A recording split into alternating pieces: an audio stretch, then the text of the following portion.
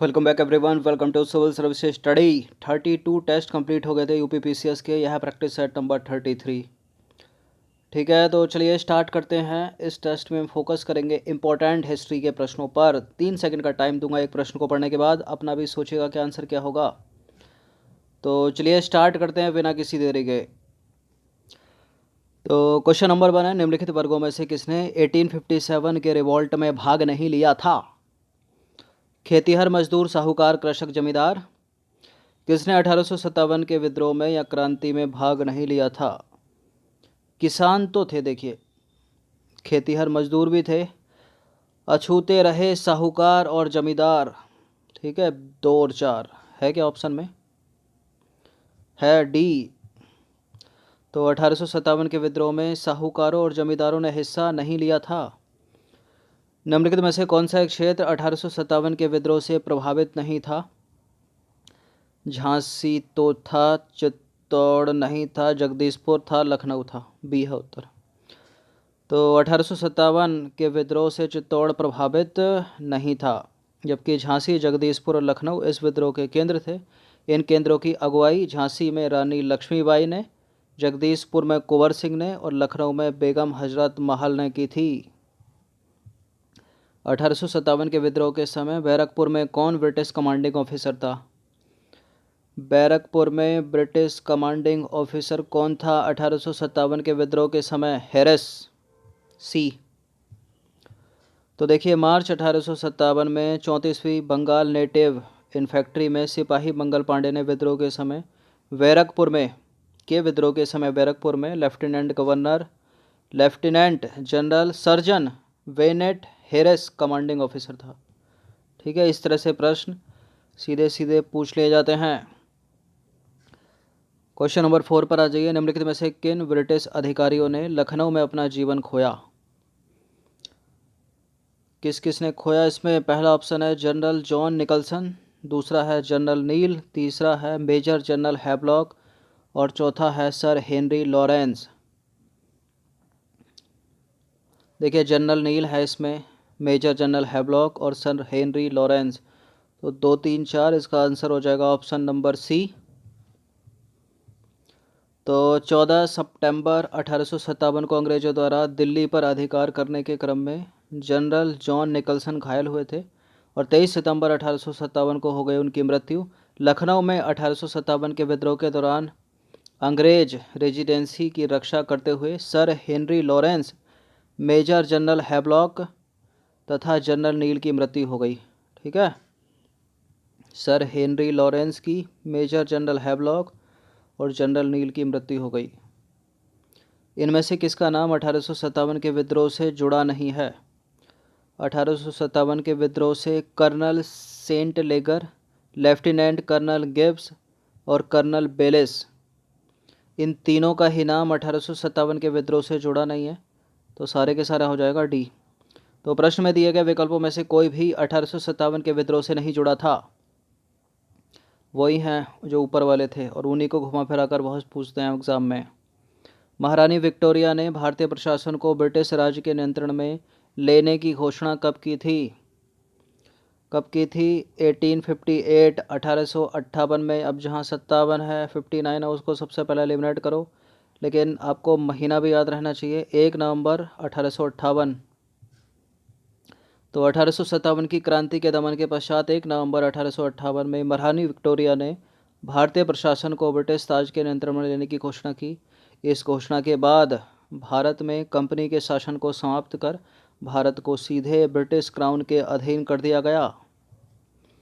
1857 के विद्रोह के बाद ब्रिटिश सरकार ने सिपाहियों का इन प्रांतों से चयन किया। 1857 के विद्रोह के बाद ब्रिटिश सरकार ने सिपाहियों का चयन किन प्रांतों से किया था?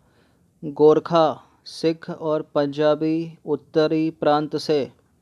ठीक है, गोरखा, सिख और पंजाबी उत्तरी प्रांत से। तो 1857 के विद्रोह के बाद ब्रिटिश सरकार ने सिपाहियों का चयन गोरखा, सिख और पंजाब के उत्तर प्रांत से किया। 1858 के विद्रोह को भड़काने में उत्तर प्रदेश एवं बिहार के सैनिकों ने महत्वपूर्ण भूमिका निभाई, इसलिए ब्रिटिश सरकार इन्हें संदेह की दृष्टि से देखती थी। ठीक है, ये 7 है। कूका आंदोलन को किसने संगठित किया था? कूका आंदोलन को किसने संगठित किया था? Guru Ram Singh, option number C. तो कूका आंदोलन जो है बहाबी आंदोलन से बहुत कुछ मिलता जुलता था। दोनों धार्मिक आंदोलन के रूप में आरंभ हुए, किंतु बाद में यह राजनीतिक आंदोलन के रूप में परिवर्तित हो गए, दोनों के दोनों, जिनका सामान्य उद्देश्य अंग्रेजों को देश से बाहर निकालना था। पश्चिमी पंजाब में कूका आंदोलन की शुरुआत 1840 में भगत जवाहर मल द्वारा की गई, जिन्हें मुख्यतः शियान साहब के नाम से पुकारा जाता था।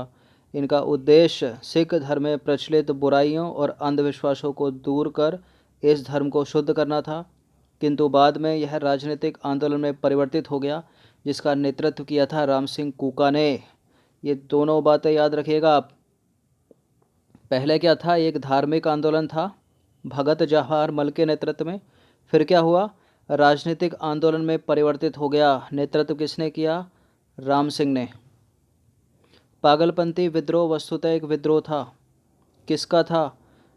कोलियों का, गोंडों का, भीलों का या गारों का? ये था गारो आदिवासी समुदाय का। तो पागलपंथ एक अर्ध धार्मिक समुदाय था। यह वस्तुतः गारो जनजाति से संबंधित विद्रोह था, जिसे उत्तरी बंगाल के करमशाह ने चलाया था। निम्नलिखित में से कौन फराजी विद्रोह का नेता था? ये इम्पोर्टेंट है, पूछ लेते हैं इसको। फराजी विद्रोह का नेता कौन? दादू मियाँ, ऑप्शन नंबर बी। तो फराजी लोग बंगाल के फरीदपुर में हाजी शरीयत उल्लाह द्वारा चलाए गए संप्रदाय के अनुयायी थे। यह लोग अनेक धार्मिक, सामाजिक एवं राजनीतिक आमूल परिवर्तनों का प्रतिपादन करते थे। महाराष्ट्र में रामोसी कृषक जत्था किसने स्थापित किया था? बताइए। महाराष्ट्र में रामोसी कृषक जत्था किसने स्थापित किया था? क्या न्यायमूर्ति रानाडे, क्या गोपाल कृष्ण गोखले, क्या वसुदेव बलवंत फड़के या ज्योतिबा फूले? रामोसी कृषक जत्था किसने स्थापित किया महाराष्ट्र में?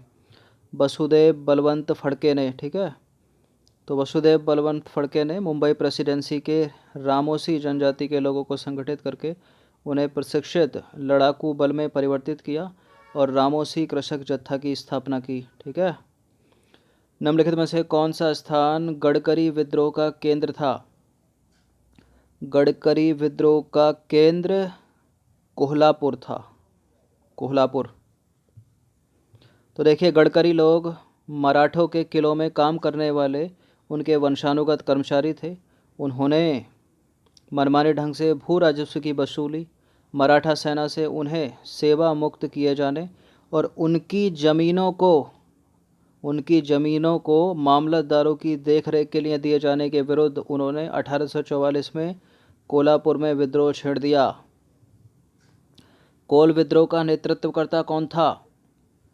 कोल विद्रोह का नेतृत्वकर्ता था बुद्धू भगत। ऑप्शन नंबर ए है इसका आंसर। तो छोटा नागपुर क्षेत्र में कोल विद्रोह का नेतृत्व 1831-32 में किसने? बुद्धू भगत ने किया। मैचिंग करने के लिए पूछ लेता है। क्वेश्चन नंबर 14 पर आ जाइए। वेल्लोर का विद्रोह किस गवर्नर जनरल के समय हुआ था? वेल्लोर का विद्रोह जिस गवर्नर जनरल के समय हुआ था उसका नाम है क्या? Sir George Barlow. Sir George Barlow, D. तो 1806 ईस्वी में सैनिकों ने अपने सामाजिक तथा धार्मिक रीति रिवाजों में हस्तक्षेप के कारण वेल्लोर में विद्रोह छेड़ दिया तथा मैसूर के राजा का झंडा फहरा दिया। ठीक है। वेल्लोर का विद्रोह गवर्नर जनरल सर जॉर्ज वार्लो के समय हुआ था। क्वेश्चन नंबर 15 पर आ जाइए। जनजातीय लोगों के संबंध में आदिवासी शब्द का प्रयोग किया था। किसने किया था? महात्मा गांधी ने, थक्कर बापा ने, ज्योतिबा फूले ने या फिर भीमराव अम्बेडकर ने? किसने? थक्कर बापा, ऑप्शन नंबर बी है इसका आंसर। तो थक्कर बापा ने जनजाति लोगों के संबंध में आदिवासी शब्द का प्रयोग किया था। यह हरिजन सेवक संघ के महासचिव थे तथा वर्ष 1933-34 के दौरान इन्होंने गांधी जी के साथ हरिजनों की दशा देखने और जानने के लिए भारत का भ्रमण किया। तो ये 15 प्रश्न थे हिस्ट्री के। इनकी प्रैक्टिस एक बार करके एक बार रिवीजन कर लेना। इस पूरी टेस्ट सीरीज़ की प्लेलिस्ट बना रखी है हमने, वहाँ पर आप टेस्ट नंबर 1 से लेकर कौन से नंबर का था ये 32-33 जो भी उस तक पहुंच सकते हो। कंटिन्यूसली बैक टू बैक इनका रिवीजन करते रहिए। धन्यवाद। डिस्क्रिप्शन में लिंक है, आप सब्सक्राइब कर सकते हो इस चैनल को, अपने दोस्तों को शेयर कर सकते हो इन वीडियो को। ठीक है।